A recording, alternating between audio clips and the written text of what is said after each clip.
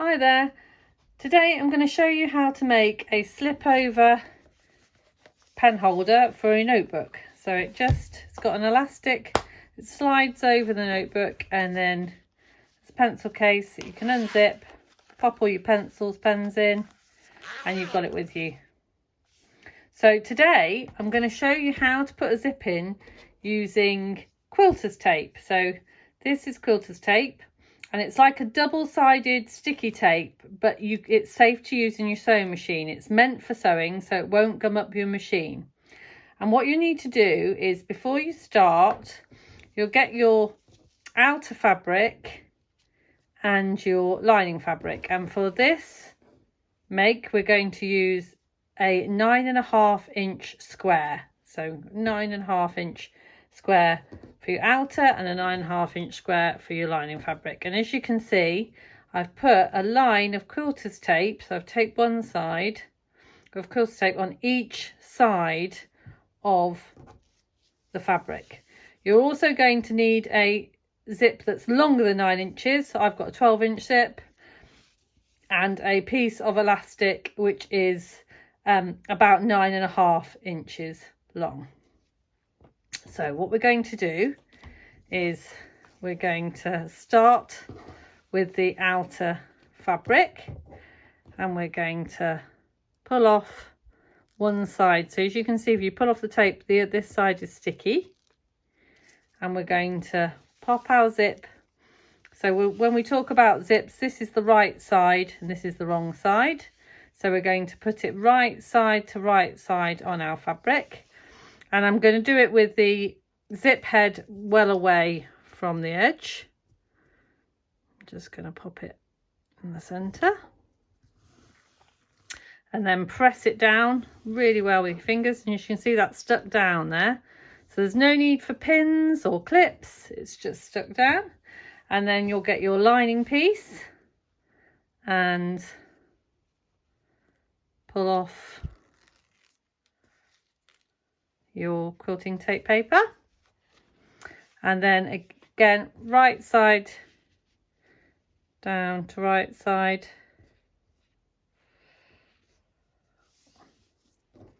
So as you can see, you've got the right side of the fabric to the right side of the lining onto your zip.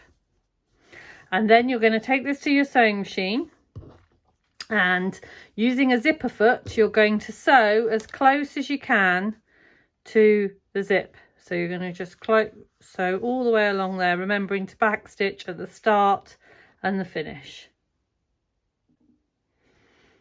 So I've sewn my zip in.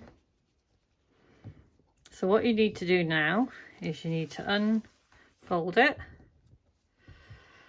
and give it a little finger press down.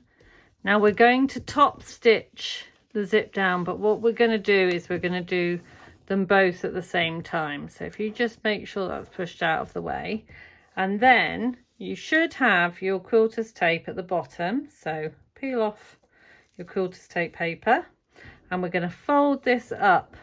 This is a really super quick make and a super easy way of popping the zippers in.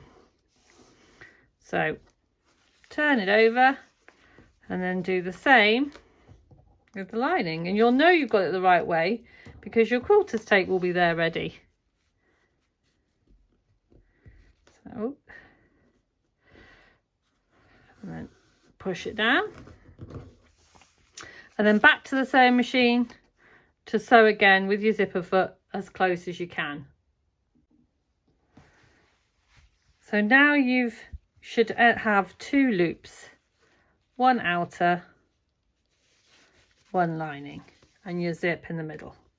So what we're going to do now is we're going to undo our zip all the way,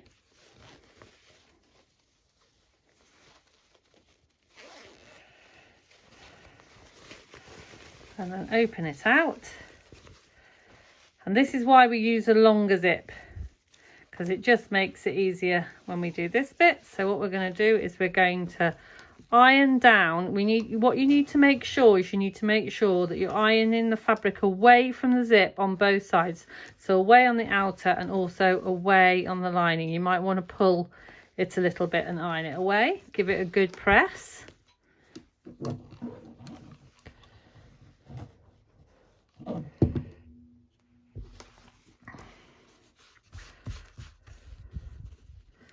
And also on the lining.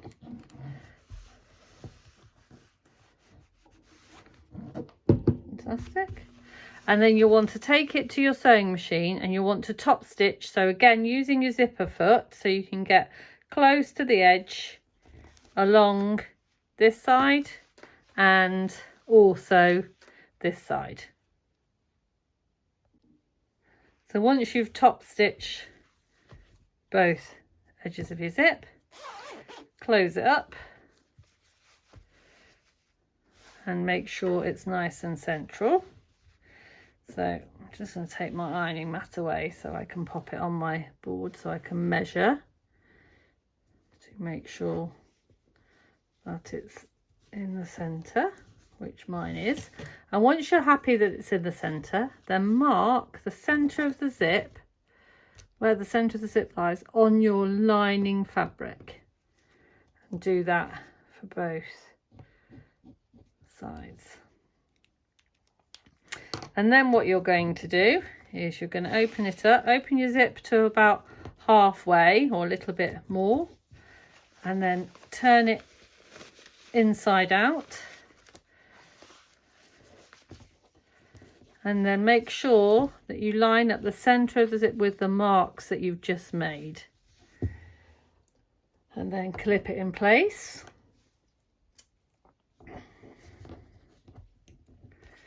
And then do the other side. This time what you might want to do is pop a quick pin through your zip to keep your zip together.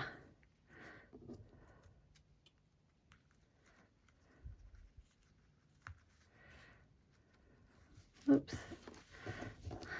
easier said than done. Pop a quick zip pin through.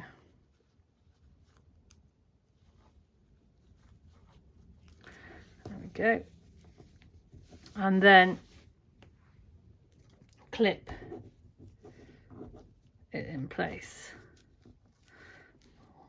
That pin's not staying where it wants to stay, so I'm going to take it out and I'm going to clip it with another clip. There we go. I use the clip instead. I'm not a big fan of pins. I find clips easier. And then just make sure that you got it all nice and straight on both sides. There we have it. And then what you're going to do is you're going to take it back off to your sewing machine. Take your zipper foot off now if you want to. And we're going to sew along this edge between 1/4 and 1/2 inch. I think I'm going to just go just a little bit wider than 1/4 inch all the way down the bottom this side and all the way down the bottom that side. But before you do that, before you sew it, we're going to put our elastic in. So we're going to place our elastic in. So what you'll want to do is take off one set of pins, feed your elastic through,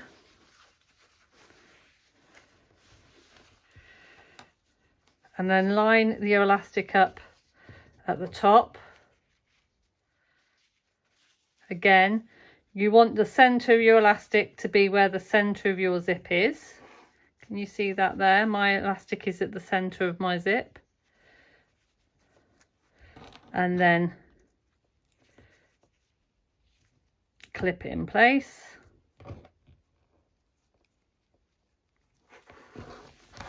And then take the clips off this side and find the other end of the elastic. Just line up the edge of the elastic and clip it in place. And then we're going to pop it to the sewing machine and sew 1/4 inch down on both sides, back stitching over where the elastic is, because you'll get quite a lot of wear there. I'll meet you back here in a sec. So what you want to do now is you want to just chop off your zips and any frayed edges.